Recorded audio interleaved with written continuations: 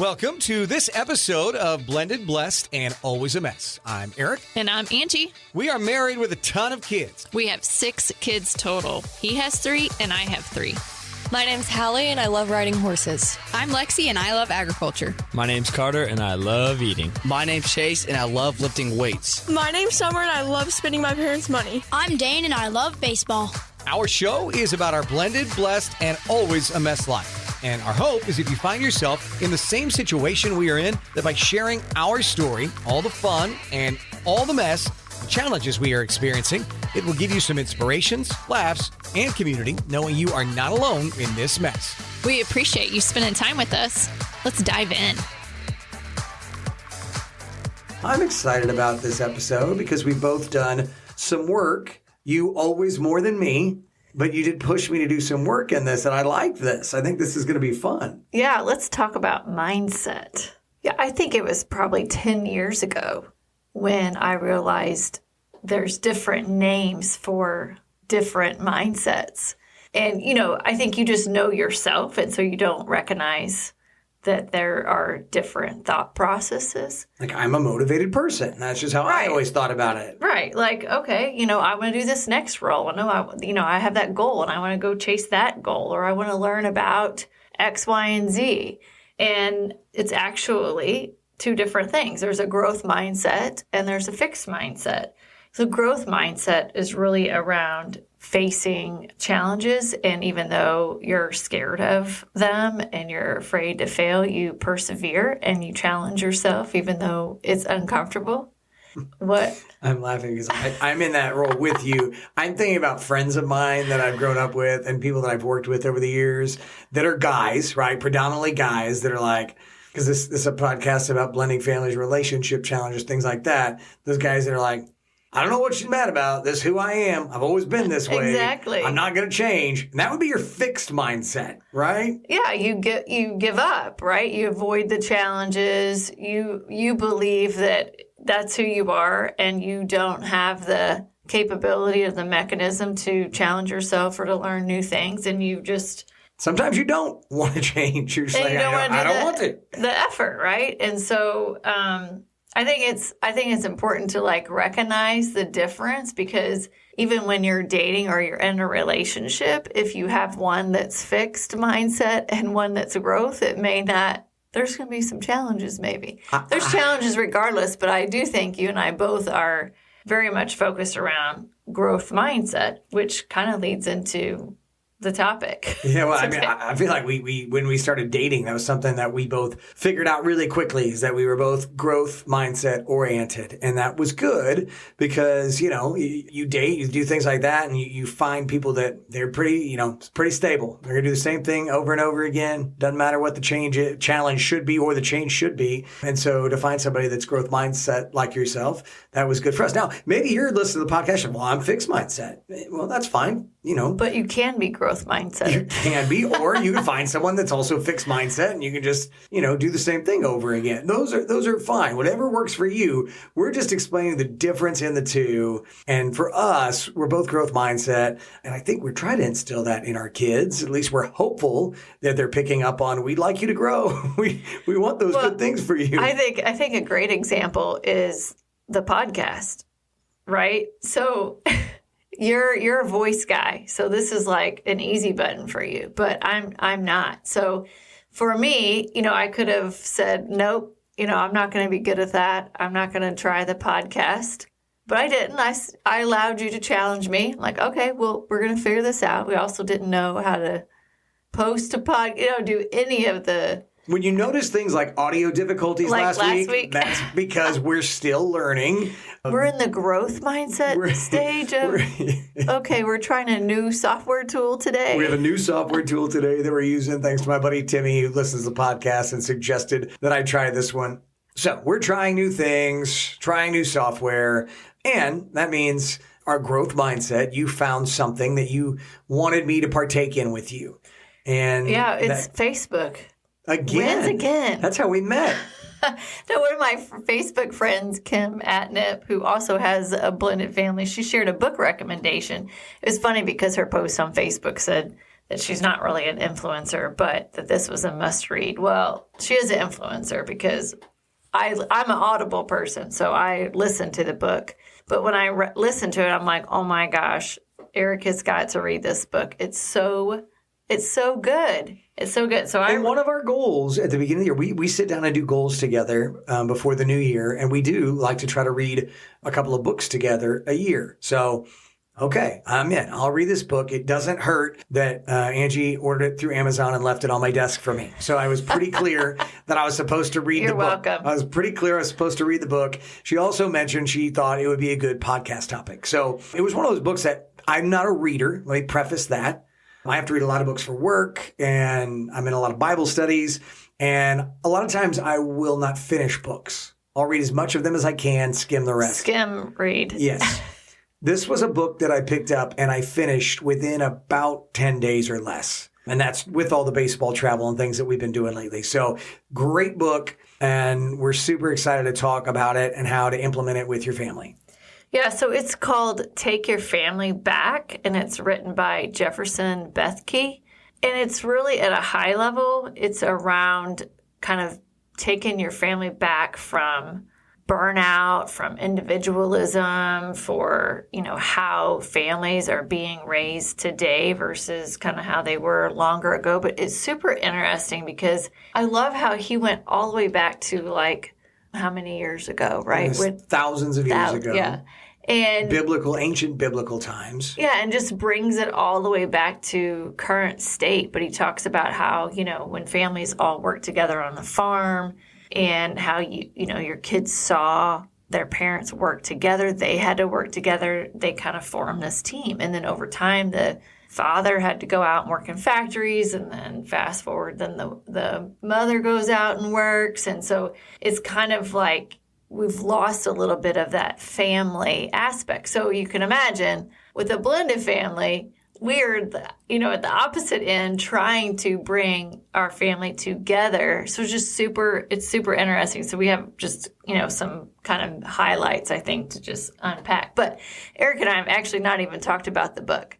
No, we both read it. I'm curious. She's made lots of notes, and we just thought, let's just get into it, dive in, start talking about things that we liked. And even so, where we would talk about, I wonder if this guy would ever come on the podcast, because it was so interesting to read this book. And like you said, it really breaks it down into how our society in the early 1900s, like Sears and Ford back in the 1913s, 1900s, 1910 to 1920. I want to say 1913 Sears did something that stuck out to me, is why I said the 1913s. But anyway, they made us want more, right?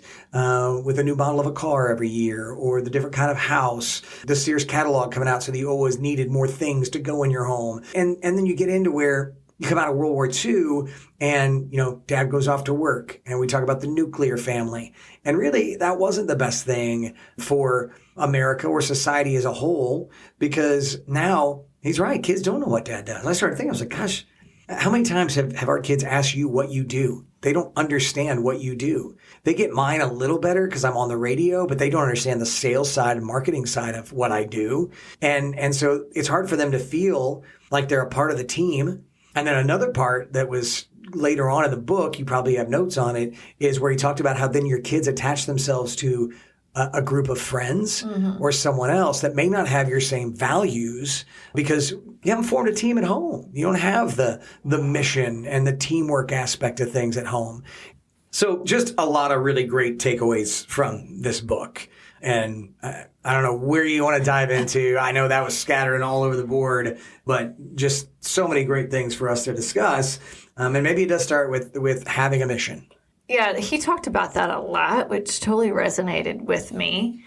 One of the things he had said is companies, businesses, teams, they all have a mission. So then why doesn't your family have a mission statement?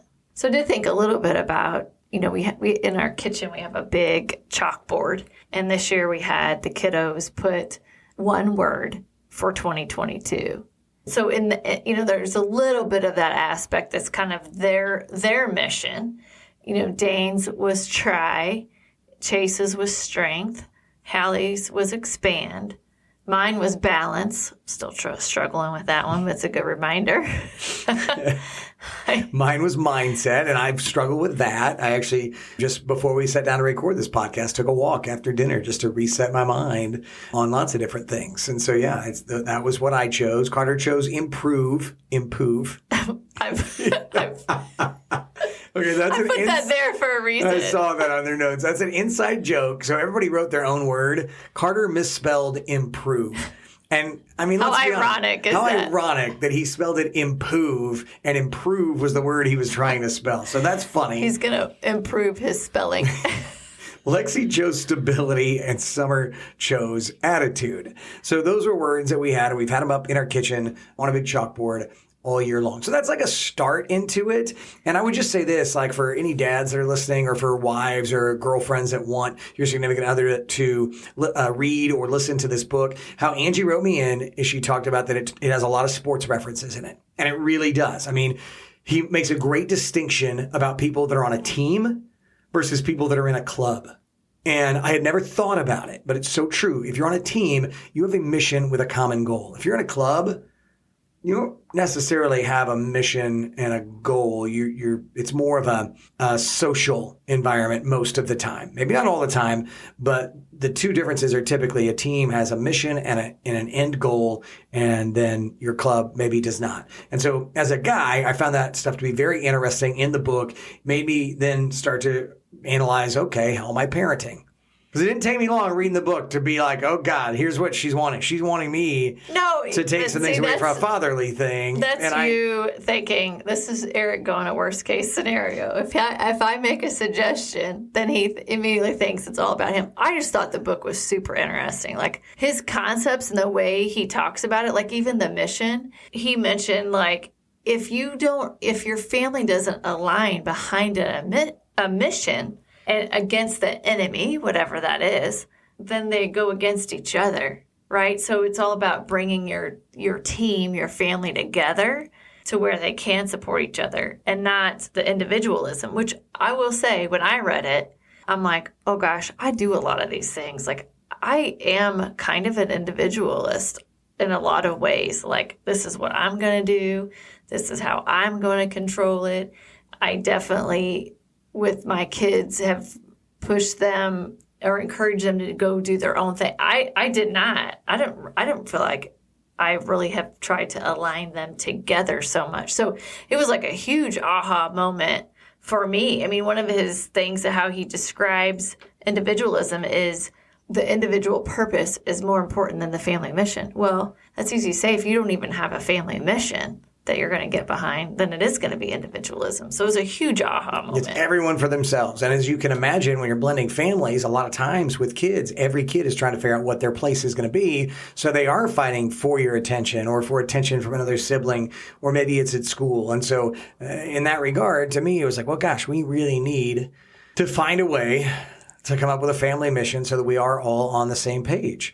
I don't know how we're going to do that yet. Like Angie said, we haven't talked about this thoroughly before we did it. We just she listened to the book, I read the book, and we thought, gosh, this is so great. We want to share it with everybody because we do want to work through it as a team and build our family into that strong team, which is what we've been trying to do. This just kind of gives it a name and more of a meaning, I think. Yeah, maybe it's a dinner topic when we're all together on vacation. Oh, my gosh. I mean, that'd be a great week to work on it, though. For sure. Absolutely. For sure. And he talked so much about teams, which I did think you would love that, the sports side of it. But it makes so much sense to me, too. Just that whole analogy that if your family isn't the team, like you mentioned earlier, they're going to be on a team. Yeah, whose team do you want your kids to be on? Yours? It's going to be their friends at school or, whatever. They're going to find a team if they don't feel like that their family is a team. He did talk about how do you form a team? right? Because I'm reading it going, all right, tell me exactly what I'm supposed to do. Yeah. How do I get these kids to even be like, we bring this up at the family dinner table. I can already hear which kids are like, oh gosh, this is off. Like, I'm going to set the bench. Yeah. So like, how do we do that? And I did find that to be interesting where he talked about, one of the things society has done is it's put like, you've got an age, right? So you got your youngest kids feel like they're already left out. I mean, Dane has brought that up. But, I can't do the things the other boys do. And so maybe it is something where you look and identify what each of your children's strengths are and how the team can utilize those so that they feel like they're a part of the family. Yeah, he had a great point, too. He's like, this happens in school. It happens on teams. Why wouldn't you focus on the assets that your family has? I mean, we could just go down each one of our kiddos and pick a couple of really solid assets that they each bring to the table individually. But if you made the team, look at all the assets that they have and utilize those, everybody feels like they're part of the team. Yeah, people aren't feeling left out all the time when they all feel like they have the one common purpose mission and they have a role in how to get there. And he's honest at times. He said, I'm not saying that sometimes people don't have a lesser role on the team for a period of time. It's not like that person is always a lesser on the team, but there are seasons that you go through where somebody may have a little bit more important role, and that's part of it. But you kind of define that as you go through it. And so I thought that was really interesting, and I liked that a lot. One of the things I thought of as I was reading it is sometimes people believe in you more than yourself. He said that, and that hit with me because that was always it for me with coaches. Growing up. Coaches always made me better than I thought that I was. And I think sometimes it's hard now for a kid. If you have kids on a sports team, you can identify when you have a good coach pretty quickly because they really do get the most out of your kids and they make it so that your kids are achieving at higher levels than they ever have. I thought that was really valuable. It's an opportunity for us to continually talk to our kids about how proud we are of them, but also how much we believe in them and to try to find ways to get the most out of them, whether that's in school or in chores around the house or athletic events, whatever it is that they're engaged in. Oh, that was really interesting. Yeah, because one of the things he was explaining when he was talking about that was having high demand with high support. That's the best combination from a parenting perspective. So it's like, okay, what does that really mean? I felt like that was a combo of me and you. Yeah. Well, he was saying, like, if you have high support, super supportive of your kids, but low demand, then they're super coddled. So, yes, Aric thinks I coddle the kids. I'm just saying, I feel like when I read that, I thought that this is where we could be a great team together. Is that you're very supportive and you've helped me to try to become more supportive. And I'm high demand and you're not as demanding and I've tried to help you in that area. So I think that it's very good. Yeah, it's a great mix, but I love the talk track around that, right? Like I haven't put words to that before. Like he just does a great job of explaining things. It's like, yeah, okay. High support, high demand. That's what I expect out of you. The other thing I thought that was super interesting, and I think if there's one key takeaway of this book, it was so funny because I made this note because it really stuck out at me. And then Aric, when he was reading the book, sent me a screenshot, and he's like, this is the best part of the whole book. So if you're doing anything right now on all this podcast, this is what we found to be the highlight of the book right here. Pay attention. We'll read it twice. She'll read it. I'll read it. Yeah, there you go. So, I love all the analogies and the talk track around what families need. But I'm sure a lot of you are like me too. Like, I need like the 10-step guide. I want you to tell me exactly what I should be doing. And one of the things he really kind of dove into is around feedback. Right? And so how do you give the feedback to the kids? How do you get them to believe in yourself, in Adults themselves? Adults don't take feedback well. I know. Right? I don't take it that good all the time. So it's like, how do you really, truly help your kids for that high support, high demand scenario where they really will hyperachieve, right? And so one of the things he said was, there's 18 simple words that they did this study that they found was the most effective, that they got the most response out of the kids.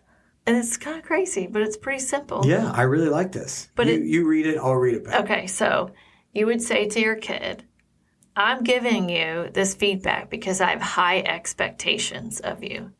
And I believe that you're capable. And I know you can do it. And I'm here for you. So take that again. That's so good. I'm giving this feedback because I have high expectations of you. And I believe you are capable. I know you can do it. And I'm here for you. That's powerful. Like I read it. I was Super like, powerful. Oh. I know. Because we don't, I don't say that. We're going to have to memorize it. You realize that, right? Like we're going to have to like sticky notes put everywhere. that to memory. It's going to be like a Bible verse that you have to take time and memorize. I'm giving this feedback because I have high expectations of you and I believe you are capable. I know you can do it and I'm here for you.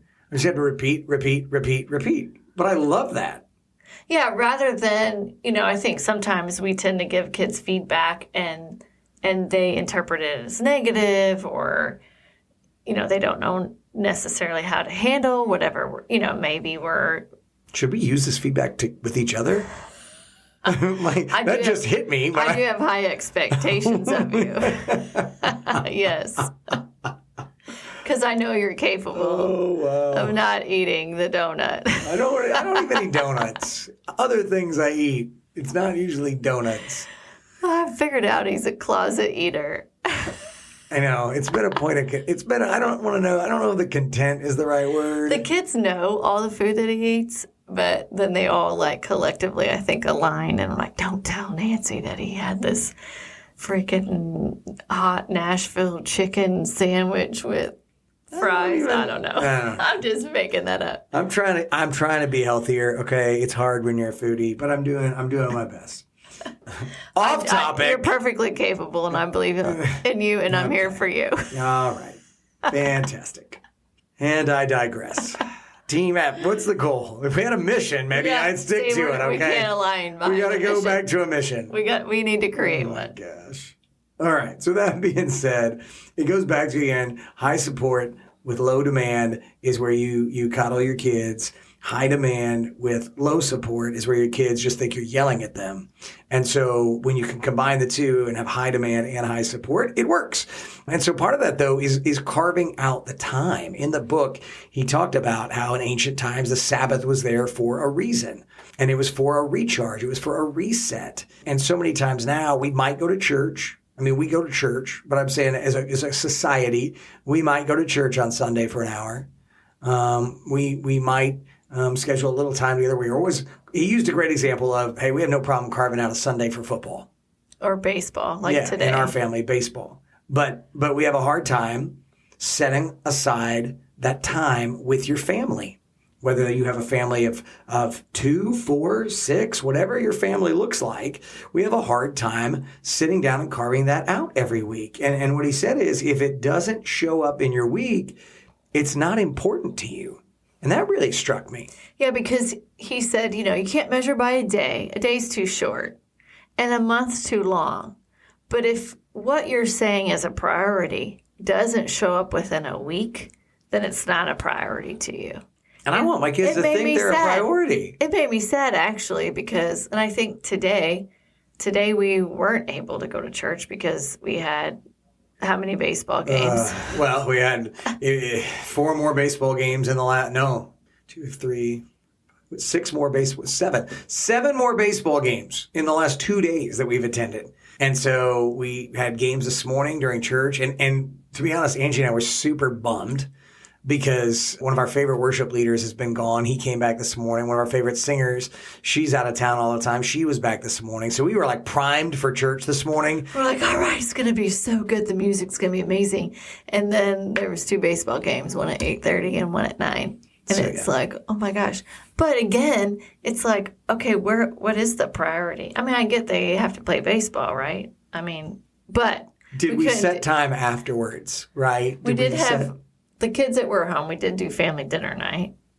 Yeah, but I mean, it's hard. But it's hard not when you don't have them all together either. So I think the thing for me at this point is we love the book. if you're interested in the book, Taking Back Your Family, read it. And then we have to figure out how can we implement it, right? I don't think we can implement all of it. I mean, there were some things in there, even he said, some of these things don't work for everyone. But how do we start to implement it as a family? I think we have to have a mission statement. We have to have goals or actionable items as a family that we're going to do. I mean, we've talked about going to work at charity together with the 8 of us forever. We've never gone and done it. Right. I think that stuff like that's top of the list. I mean, when we had the family game night, we had dinner. I mean, the kids had a blast doing that.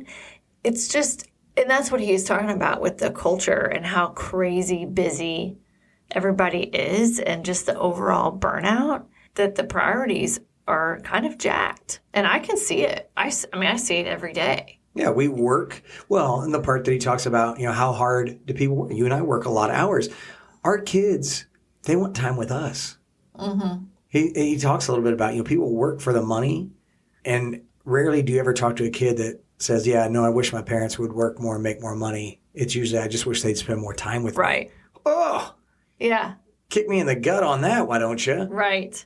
Yeah, he had an interesting, he had a whole chapter basically around how you should integrate your family into work, not the opposite, right? And so many people, it's work, work, work, and then, family's a little part of it versus he totally integrated his family. Would take a daughter on speaking trips with him so that she could see what he's doing. The family decides what speaking engagements he's going to do, and they're have their own little mini board that makes decisions. Super cool. What a great concept to really have the family integrated into work. And I think there's probably some things you and I mean, we have a little bit of different jobs, right? But I think there's definitely some things that we can do that's more of a, integrate the family into work, not the opposite. So, and we've talked about this a lot with kids in this book, but he even talks then about how him and his wife connected through taking their family back. Yeah, because he traveled a lot and she was at home, and that's hard. And so how they made up ideas and things to do so that their family would come first, right? I mean, they want to serve God in their home. And so they've really worked hard to do that. And there's a lot of great points like we've talked about already today. And so if you are interested at all, reach out to us so that we can make sure you've got the right book. But man, I was glad that you made me read the book. Okay. Thank you. You're welcome. You did good. I was really not something I enjoy doing, and this was really good. Yeah, so just a quick reminder, the book is Take Your Family Back, and it's written by Jefferson Bethke. And if you get a copy like me, like the actual one you have to read, it's like a solid green cover. I mean, it's can't miss it. Sticks out on your bookshelf or on your nightstand, wherever you keep it. I mean, it is a solid green that you can't miss. As always, thanks for listening. We do have a request, though. If you are enjoying the podcast, please go rate and comment on whatever platform you're using to listen. We totally appreciate it. Yeah, and then just send us any questions because we would love to answer some of them on a podcast at some point. I think Chase came up with that idea. He's like, you should just... Oh, yeah, Chase did say that. Yeah. You should do a Q&A and have people ask you questions. So definitely if you're following us on social, throw a question out there for us, message us, and we'll incorporate it into our podcast. Yeah, I thought that was a really cool idea. And look at us incorporating him into our work. Man. Oh, my gosh. Already doing it. Taking the book seriously. That is it for this week's episode of Blended, Blessed, and Always a Mess. We appreciate you listening so much. Have a great week, and God bless. Thank you for listening to Blended, Blessed, and Always a Mess. Follow us on Facebook, Instagram, and at blendedblessedalwaysamess.com. Reach out to us on any of our social channels. We would love to hear from you. Have a great week.